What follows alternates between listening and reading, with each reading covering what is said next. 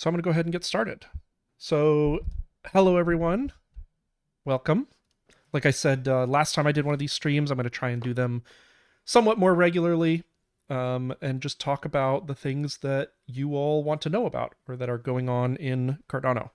I've been hopefully less active on Twitter, and so this is my way of kind of staying connected with the community of people who care about what I have to say, hopefully. One of those topics that's really relevant to Cardano is Leios. And if you don't know what Leios is, first off, where have you been? But second off, it is a scaling solution, a proposed scaling solution for Cardano that has been in the research and development phase for quite a while. And it's really like a family of design solutions in the same way that I think of Hydra as a family of design solutions that you can innovate within. So this is going to work best for if it's an interactive dialogue, right? So I will keep my eye on chat, and if you have questions, feel free to ask them, and I'll help clarify, because on its own, it's just going to be me talking into a void, and I won't know what's clear, what's not clear, etc. So before I dive into the Musashi Dojo announcement, which is really exciting, I'm going to give a little bit of background. So if you don't know, I wrote this post a while ago, and this is the wrong screen.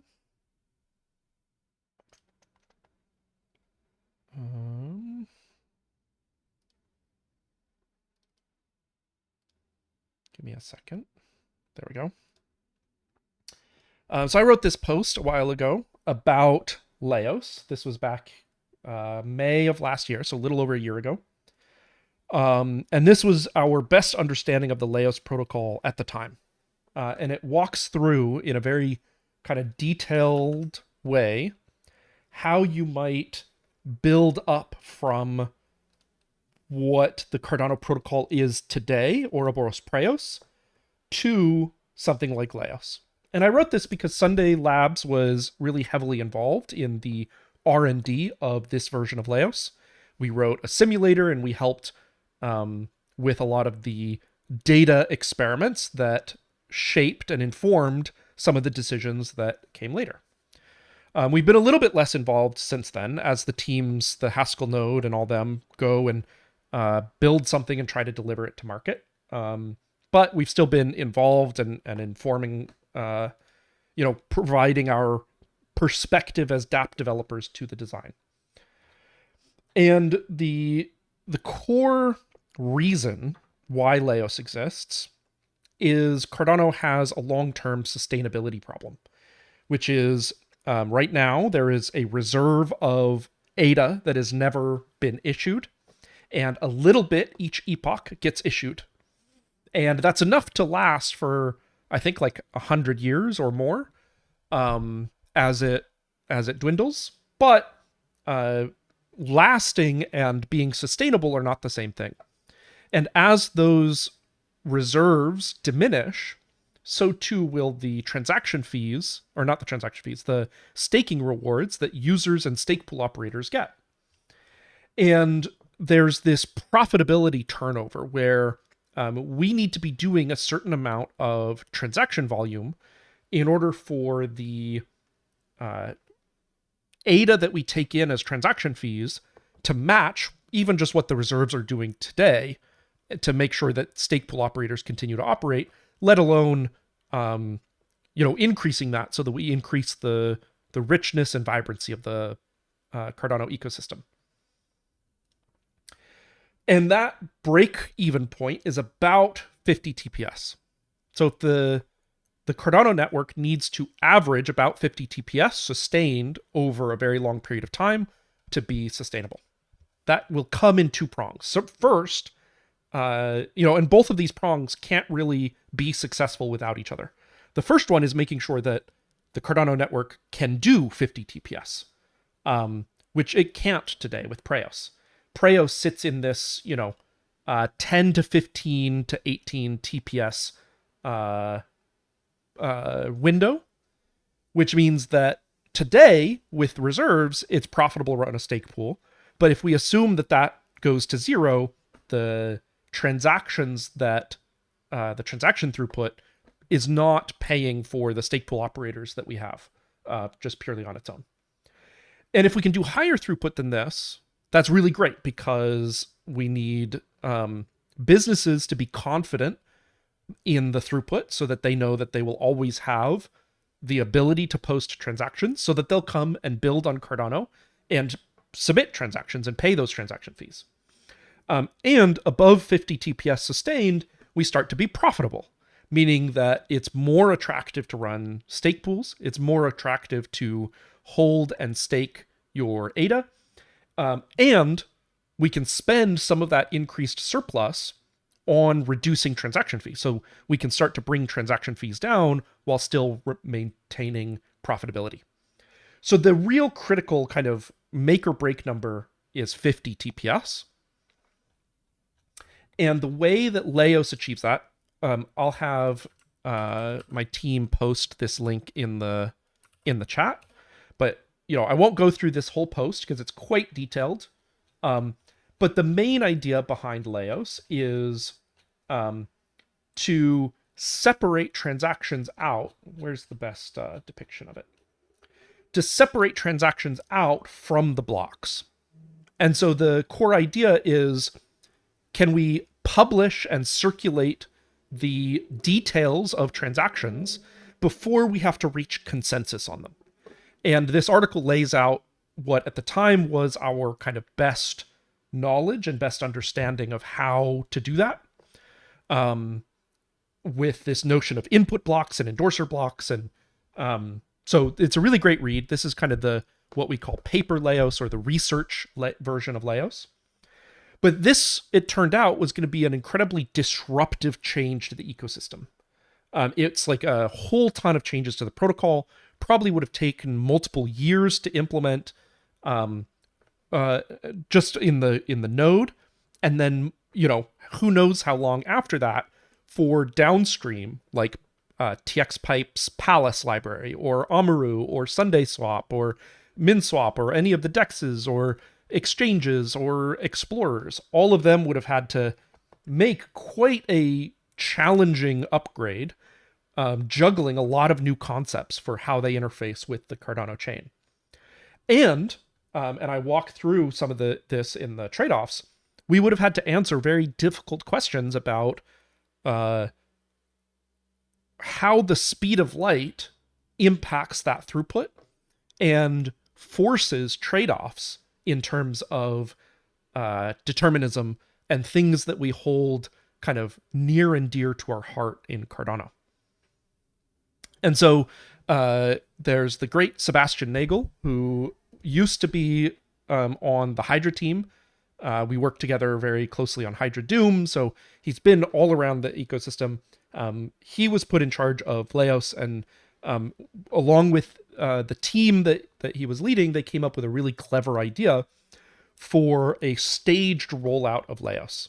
An intermediate step that doesn't get us to kind of the full throughput that this version of Leios could achieve, which would, when we were benchmarking, is upwards of 8 to 10,000 transactions per second.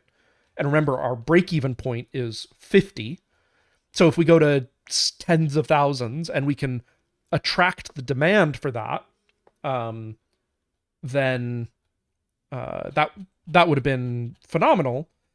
But it way overshoots what we need to survive, right? So even if we were to do a few thousand TPS, not 10,000, but a few thousand, we do phenomenally over what our break-even point is. And so I want to walk through, maybe I should have had this link up, but let me pull it up now.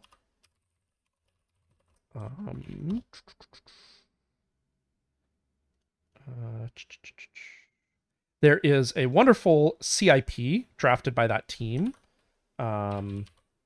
to explain this proposed linear Laos. So I will also have this posted in the chat if you're curious. But this is a very, very meaty chart. You can see I pulled some of my charts from my blog post from here, that it lays out exactly how the proposed intermediate version of Laos, which may prove to be fully sufficient or may, be a stepping stone where we can upgrade the ecosystem in a much shorter time frame and then look at what to target next. But it's super detailed, gives lots of justification for why this is safe. Highly recommend reading this, especially if you're technical. If you're non-technical, it might be a little bit challenging, but still worth the read, even just for the sake of it. But I thought what I would do today is give a walkthrough of what is different between this Laos, linear Laos, and the paper Laos, and what it's going to achieve and why it is so much easier to implement as an ecosystem. And like I said at the beginning of this talk, this will go so much smoother if you have questions to shape that, rather than just me talking at the open air, but I'll kind of give it a shot. So, in linear Laos, maybe I'll start with this. In Preos, you have a sequence of blocks. These happen roughly, but not guaranteed, every 20 seconds. So the window between these blocks may be as short as 1 second, and may, in theory, be infinitely long. Though in practice, it's, I think the longest gap we've seen naturally is like 4 minutes. But on average, the median block time is 13 seconds and the average block time is 20 seconds. And if you're curious about the technical details of that, or you're mathly inclined, technically it's a Poisson schedule. So each individual second, it rolls a dice on whether there will be somebody who is eligible to produce a block in that slot. And that's what gives it this distribution of block times. And in this block, it includes a bunch of transactions.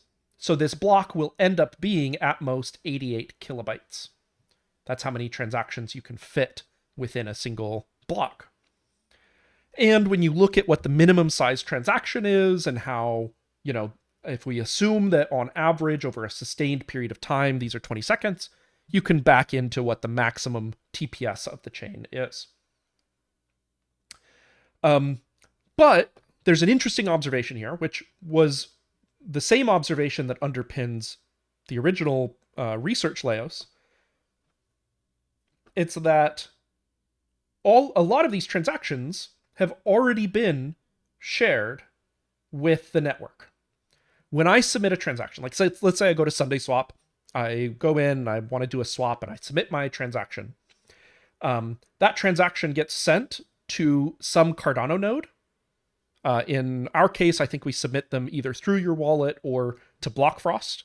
Your wallet or Blockfrost are running a bunch of nodes. And then that node starts sharing that transaction with any nodes that it's connected to. And they start sharing it with any nodes they're connected to. And it kind of propagates across the network like a wave front, like a crashing wave. And that means that, and so then once you've propagated that transaction, it's sitting in what's called the mempool, which is essentially just a list of transactions that the node knows about, just in case it gets elected to produce the next block. It will grab all of the transactions in its mempool, and that will form the block. Now, there's a bunch of subtlety there. It's, technically the mempool can be bigger than the block, so it grabs the prefix that will fit and, all of that. But we've already spent all the bandwidth and the time to propagate these transactions over to the node that produced the block. And then when we produce the block, it has all of those same bytes. And so we're doubling up on communicating that data. And so what we want to do is rely on this initial propagation for propagating those transactions. And then in the block that we produce, we just say the IDs of the transactions that we're including. And if we allocate, so the reason this is 88 kilobytes is because that's roughly the amount of data that we can download in 1 second and make sure that it propagates widely across the network.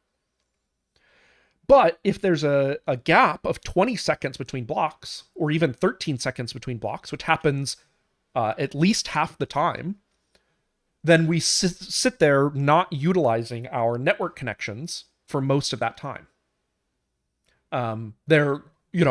We instead allocate it to gossiping about these transactions.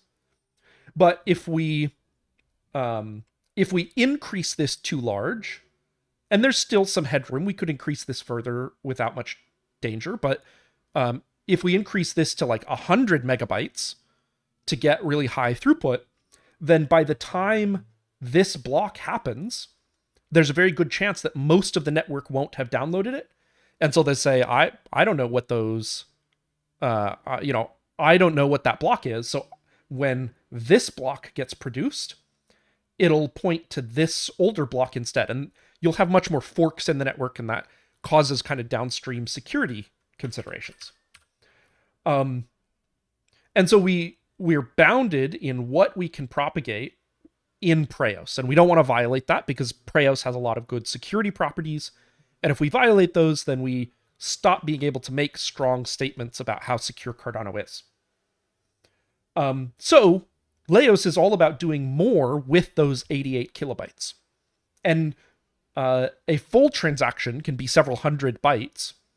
A transaction ID is just 32 bytes. So Leios says, hey, can we just make our blocks a list of transaction IDs?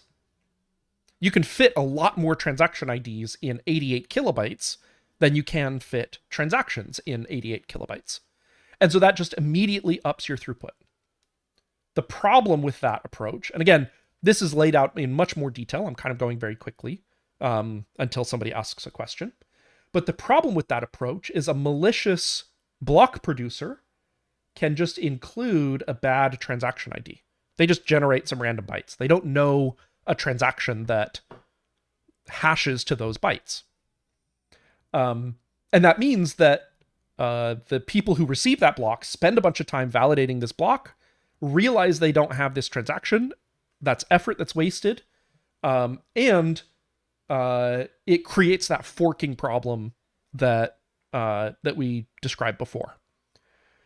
So we need a way to make sure that, one, all transactions are available, and two, all transactions are valid. So that if there's just a node that happens to be late in downloading those blocks, they can go ahead and continue building their, and they get elected to produce a block. They can go ahead and build their chain on top of it while they wait for that transaction to download. Now, there's a bunch of subtleties in there. I'm not going to go super technical. Go read the SIP if you're curious. I'm just trying to give an intuition behind Leios. So, the way the original Leios did this is it broke it up into this notion of input blocks that it propagated around, and then an endorser block would reference those input blocks, and people would vote with their stake on the endorsement block. And once the endorsement block received enough votes, say 75 or 80% of the stake, then all of the other actors could say, okay, 30 billion ADA worth of stake has attested that they have this transaction. It's very unlikely that 30 billion of the stake would be lying. And so I can go ahead and continue to advance the chain while I wait for those transactions to be downloaded and validated. There's a very good chance, a cryptographically respectable chance that I will eventually download that transaction and be able to validate it. And this allows Preos to keep advancing at the pace that it does, while greatly, greatly increasing the transaction throughput. What linear Leios does is it says, okay, the whole input block, endorser block thing is very complicated. It forces us to answer questions about, determinism and concurrency.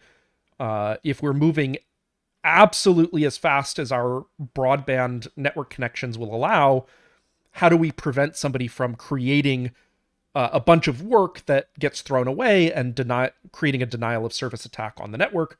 There was a bunch of messy questions there. So what linear Leios does instead is it says, hey, when I produce a block, maybe I include some transactions in the block like normal, and maybe I include an optional kind of prospective extension to the chain. And this is a reference to what we're calling an endorsement block. And that endorsement block is a bunch of potential transactions. Now, at the time that this block is produced, those are just potential transactions. It's like we announced the state of our mempool, of all the transactions we know about. We haven't had time for these transactions to propagate across the network, or for us to validate that they're all, or for the whole network to validate that they're all correct. But the person who's producing this block has had that time, right? And so the next person who produces a block, maybe that's 1 second. That's 1 second away. 1 second. And so this person says, well, this is several megabytes. I definitely haven't had time to download that. So I'm just going to ignore it. And this basically just becomes, we throw it away. And the extra state in the block was just a hash. And then, this new block includes a bunch of transactions, just like normal. And notice, Cardano, if in the worst case scenario, Cardano falls back to Preos, in that we have a bunch of transactions. This can be at most 88 kilobytes of transactions, but that's just what we have today. And then, so there's 32 extra bytes that are being used. Like I said up here, there is headroom for us here, just not enough for us to get to the numbers that we want to be able to do. So adding this extra 32 bytes is totally fine. And in the worst case scenario, it just gets ignored. And so we just have Preos. And that's a really, really good property. It might not sound great, but we know Preos is super secure. So if we know that the worst case scenario is Preos, then we know that the worst case scenario is super secure. I see a question in the chat, so thank you so much, Zero Tau, for asking this question. When you get to consensus and SPO, share what, if anything, incentivizes traditional SPOs add to Leios validators. Additionally, how does the computational load Leios adds to an SPO? So I think you're asking, is this going to increase costs for SPOs because of the increased computational load? And what incentives does Leios introduce in order to address that? And I'll answer those in just a little bit. But thank you for the question. I will make sure to slot that into the explanation. So, like I was saying, in the worst case scenario, we fall back to Preos, and that may not sound great, but it's really good because we know Preos is secure. On the other hand, let's say this block also included an endorsement block. It's now, notice something very subtle. In most cases, because transactions propagate very quickly across the network, these transactions here that this next network included, well, it's going to have a very similar mempool to this node. And so it's going to say, okay, that is these transactions. I'm just going to ratify them next. And so we make some progress, but the endorsement block is going to be whatever's left over. So this didn't get ratified, but all of these transactions, how do I indicate this? Become likely. Now, this isn't guaranteed. The protocol works if this isn't the case, but it is a very good property that at the steady state, we're always making progress through this kind of shared list of transactions because transactions propagate so fast. And so this endorsement block is a bunch of transactions that likely have already been validated by at least this node, but also probably others. And then more that have come in since then. Now, let's say that the time between this block and the next one is much longer. Let's say this is, 15 seconds. Well, now all of the SPOs will definitely, depending on the choices for these parameters, will definitely have time to download and validate all of these transactions. And they'll start voting. So, maybe it takes like 5 seconds to download all of those. And so they'll start voting to say, hey, this endorsement block is good. I've seen all the transactions and I've validated them. They're all good. So they'll start broadcasting votes.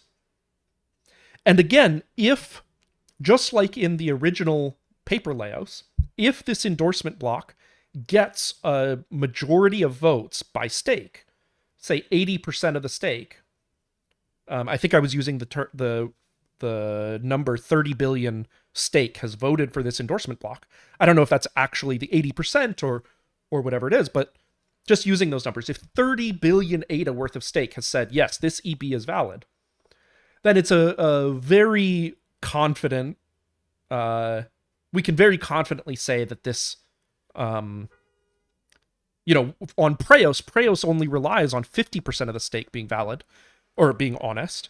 So if 80% of the stake has voted for it, then it derives from Preos' security that it would be valid. And so what this next block is going to do, instead of including its own transactions, it's going to say, it's going to include a certificate that is basically the aggregate of these votes. There's clever crypto tricks you can do to make, the hundreds of votes here, you can aggregate them up into a single vote. But conceptually, you can think of this as just the votes that prove that this stake pool or this endorsement block has been approved by a majority of votes. And so you include this endorsement or this, you can think of it like a ratification of that endorsement block.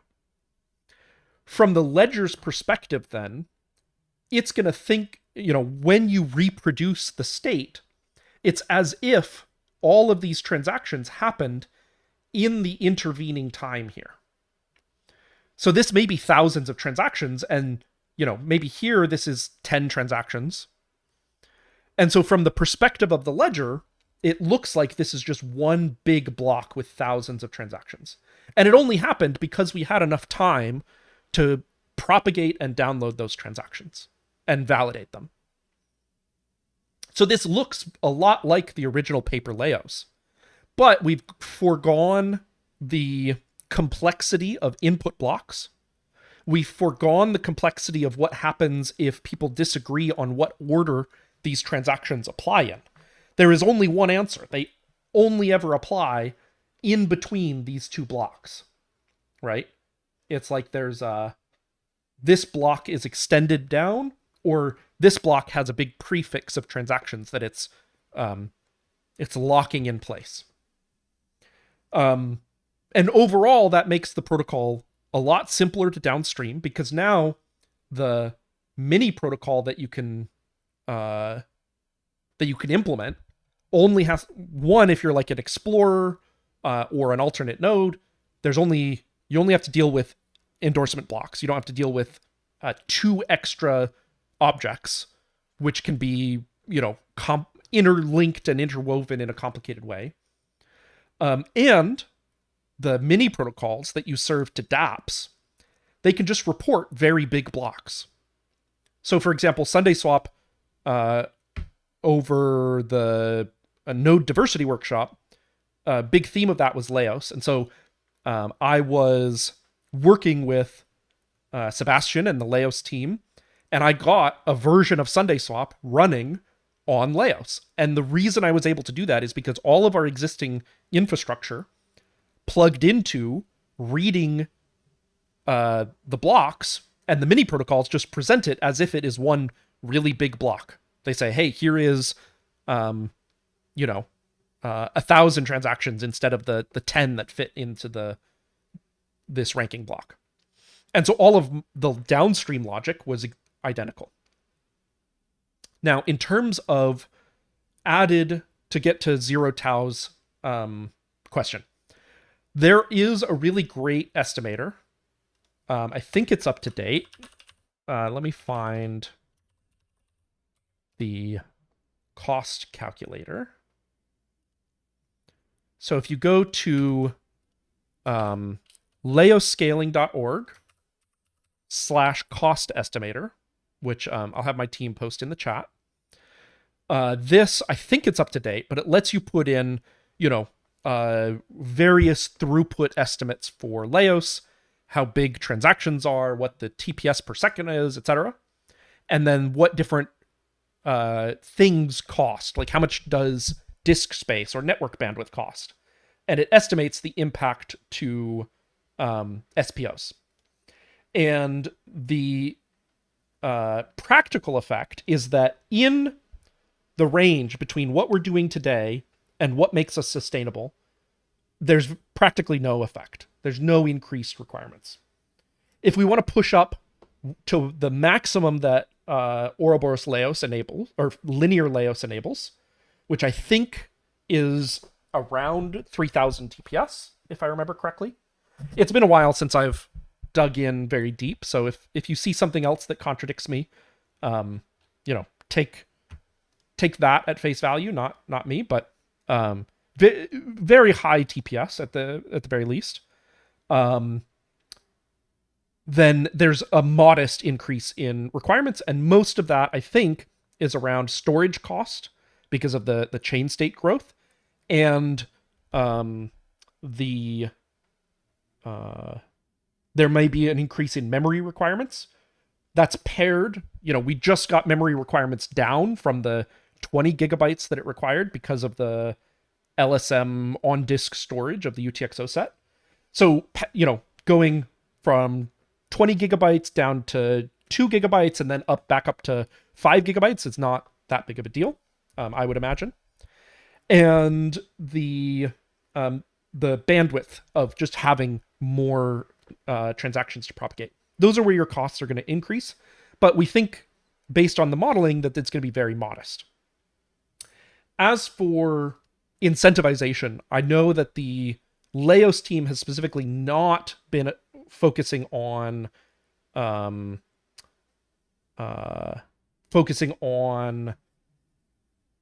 sorry, I just saw something in the chat that interrupted my thought. But the team has not been focusing on changing the incentive model for Leios.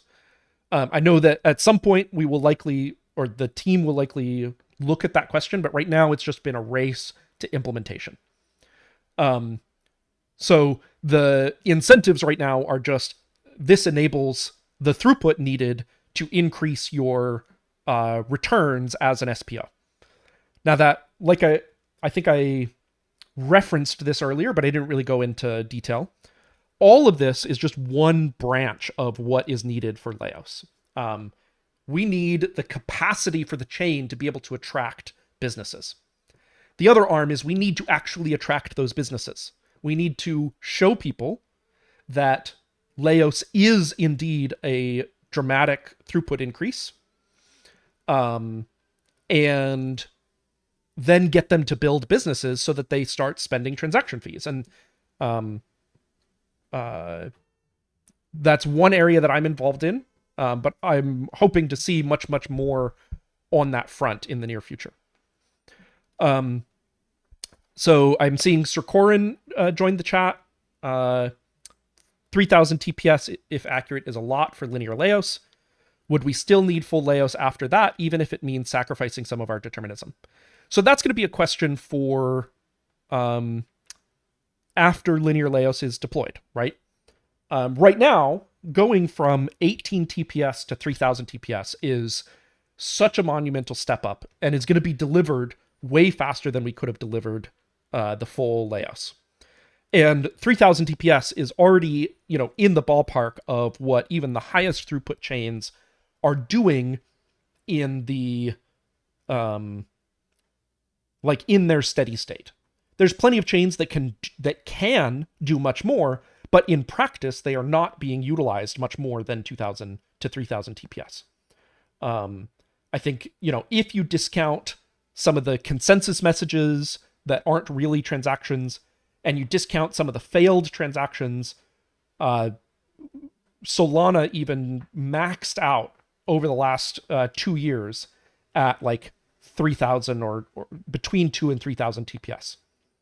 So Solana will have a theoretical maximum cap above Cardano's, but Cardano will match what Solana has needed to make them successful so far. So I think that's a huge step. If we find that businesses come and build on Cardano and they start demanding more, and that's a big if, right?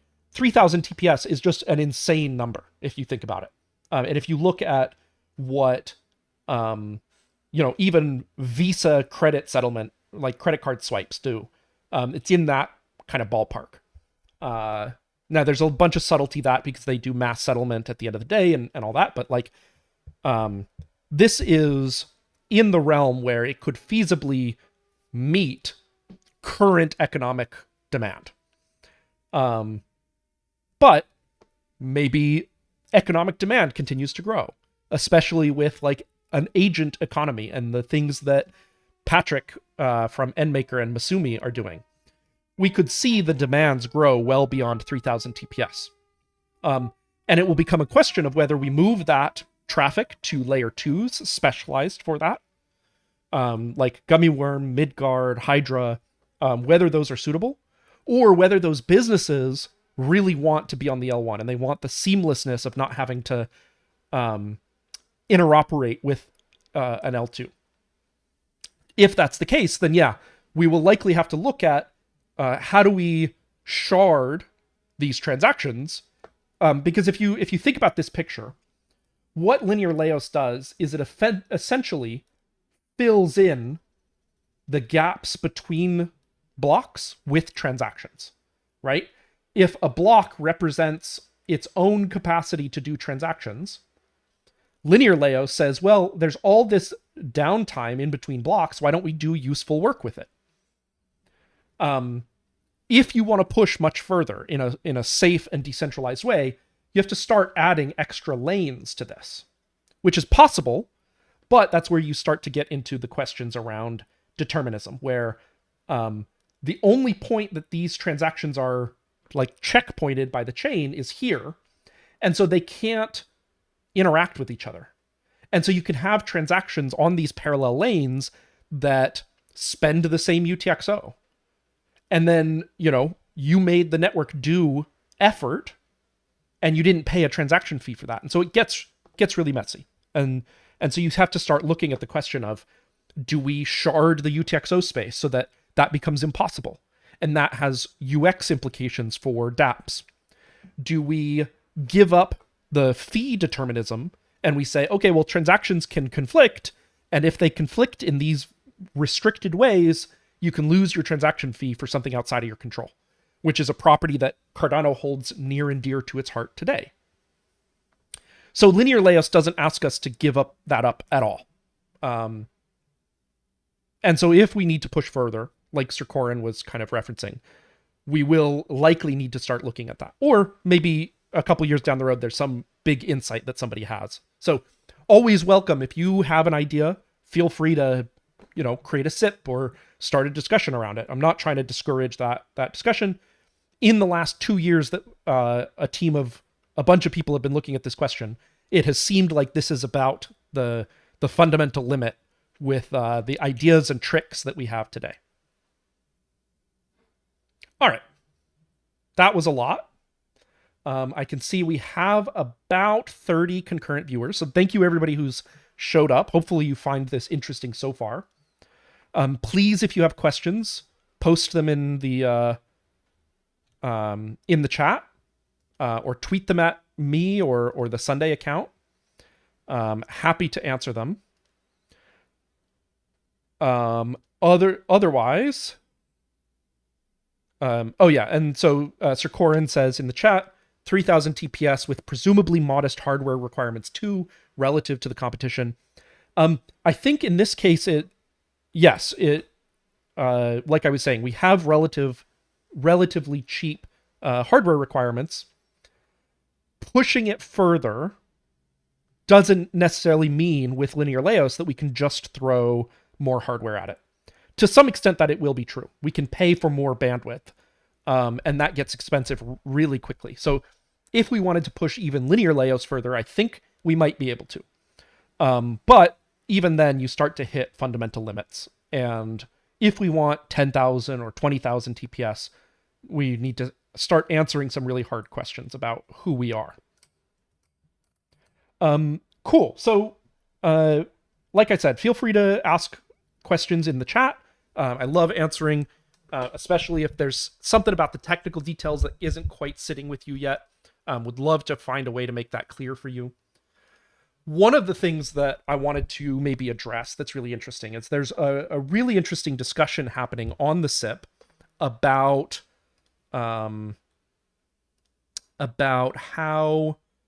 whether this is secure, whether this creates a scenario that can overload Preos. And the fundamental concern there, and I'm not going to do a great job of explaining this, but I thought maybe some of the audience would find this really interesting. But one of the concerns that somebody raised was, if this is a system where we are creating these endorsement blocks, and then about half the time, right? Because remember, half of all transactions happen below 13 seconds because that's the median. Half of the time, the gap between blocks is less than 13 seconds, which means you'll just throw this endorsement block away and all that, on its face, it seems like, well, all of that effort is wasted. So did we create this DDoS vector for Preos by forcing nodes to do all of this work to validate these transactions that just gets thrown away if, a small minority, if just 21% of the stake withholds their vote, it forces you to throw this work away, and so it becomes a denial of service vector. So the team and my opinion on this concern is that it is not necessarily well-founded for two reasons. One, this falls back to Preos. So the main, I'll answer your question in a second, Sir Corin, but the main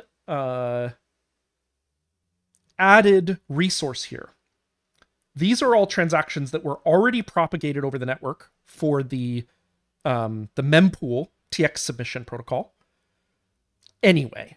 So we're not paying extra bandwidth.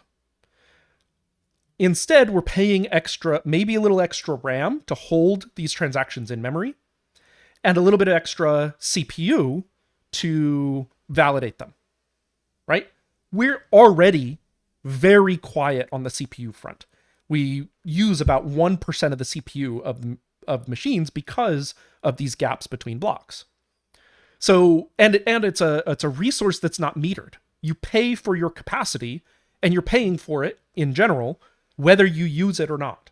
So it's not an extra cost to the SPOs, like actual dollar cost. Or if it is, it's very, very, very modest. And maybe the more important insight that I was alluding to earlier is that the transactions here are the transactions that were at the, most of the time, are the transactions that were at the start of this endorsement block. And so all of this work doesn't get thrown away. If you spent the time to validate these, then they're still valid when the block comes around that includes them. And so you don't have to repeat that effort. And I think some people are assuming when they make this this criticism is that when you have to throw away an EB, you're throwing away all that work. No, all you're doing is throwing away the votes that went into ratifying this, and instead spreading those transactions out over more time, the same way that Preos would do today anyway. If you were around for the SundaeSwap launch, you saw the impact of that, where an increased amount of load on Preos meant that those transactions had to be spread out over a very long period of time. And linear Leios would help this dramatically, because about half the time we'd get whatever the multiplier is, maybe 10 times the capacity to jump forward in that list.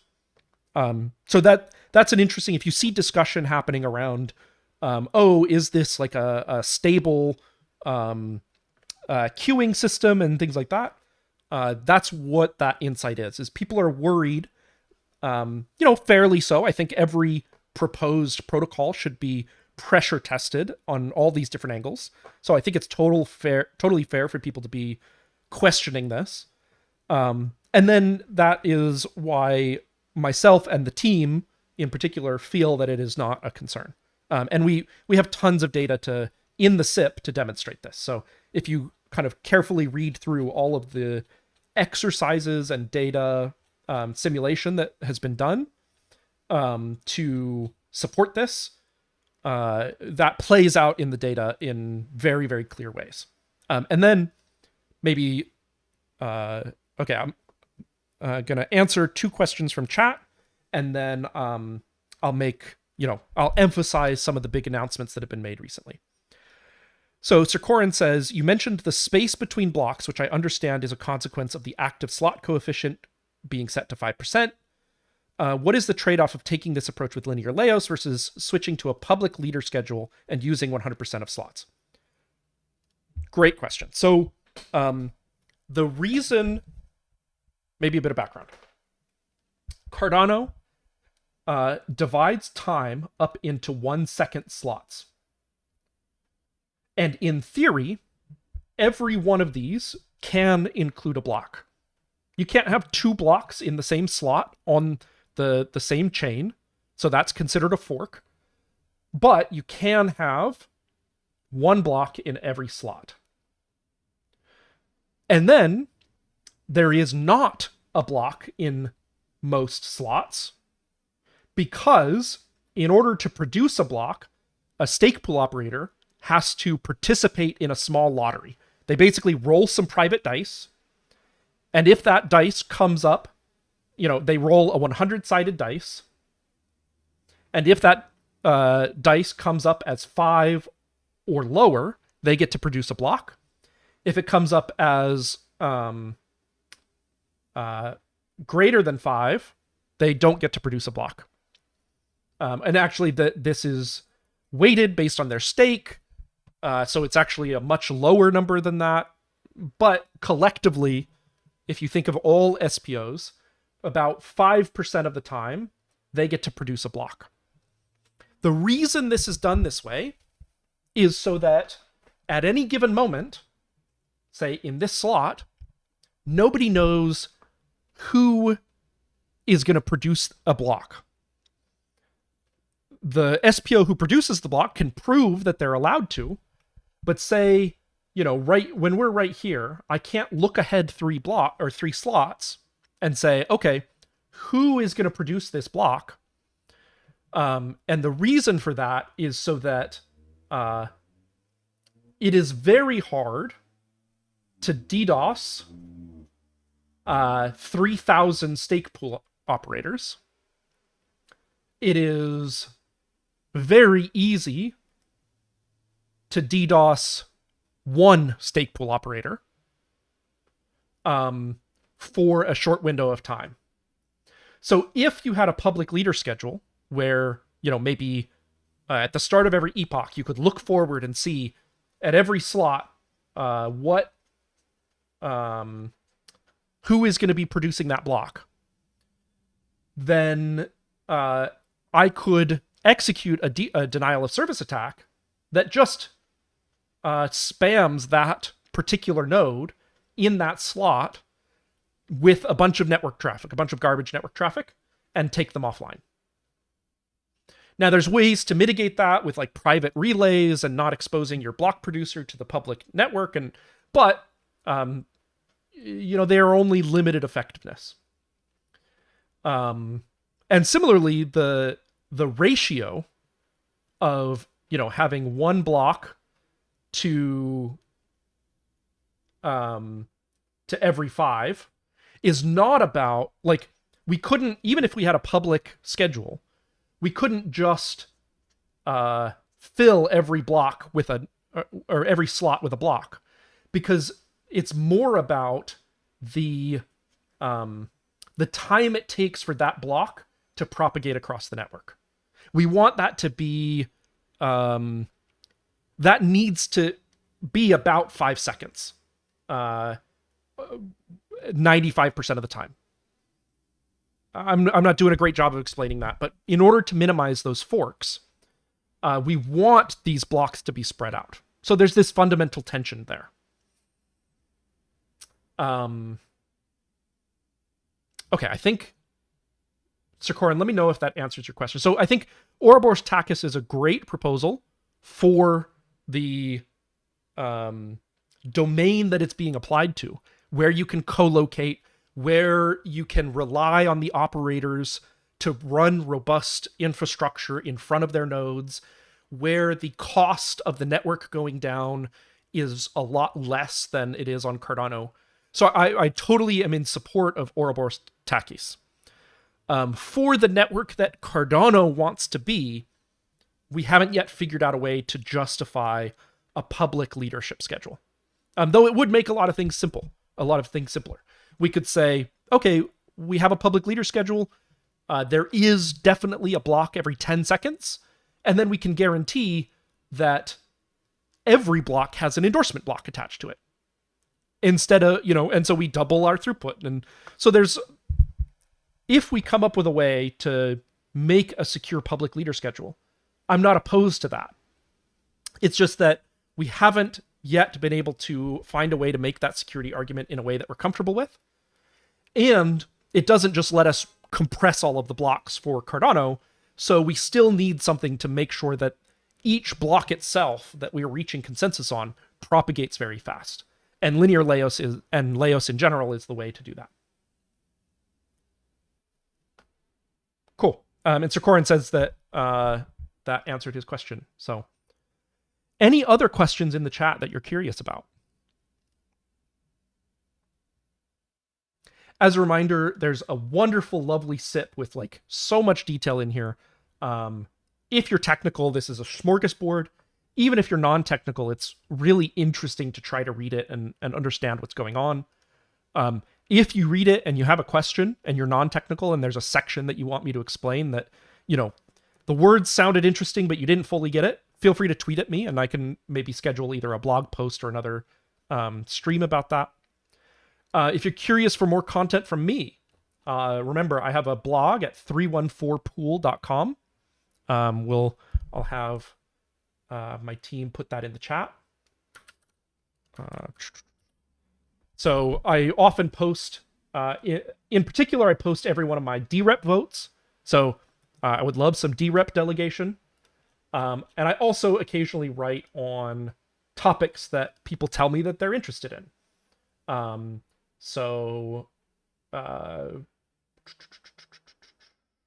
Let's see. Yeah, so I wrote up a thing about the poison piggy attack.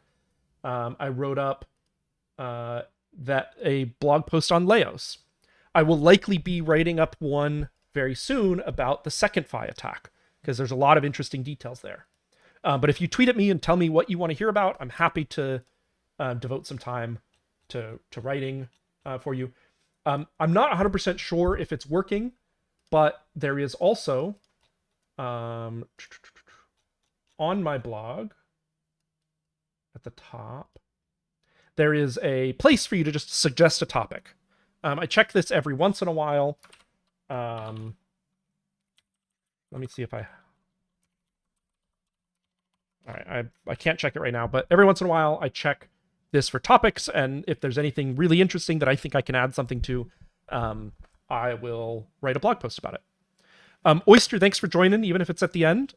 I believe that the recording will be available, and I believe my team plans to chop this up for clips and post them on the Sunday Twitter account. So I'm sure you'll be seeing my ugly mug talking about Leios for the next week or two.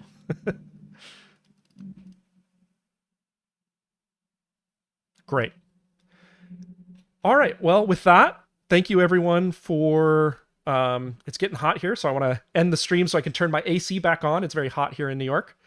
But thanks for everybody who joined, and thanks for everybody who's watching the recording later. And I will talk to you all later.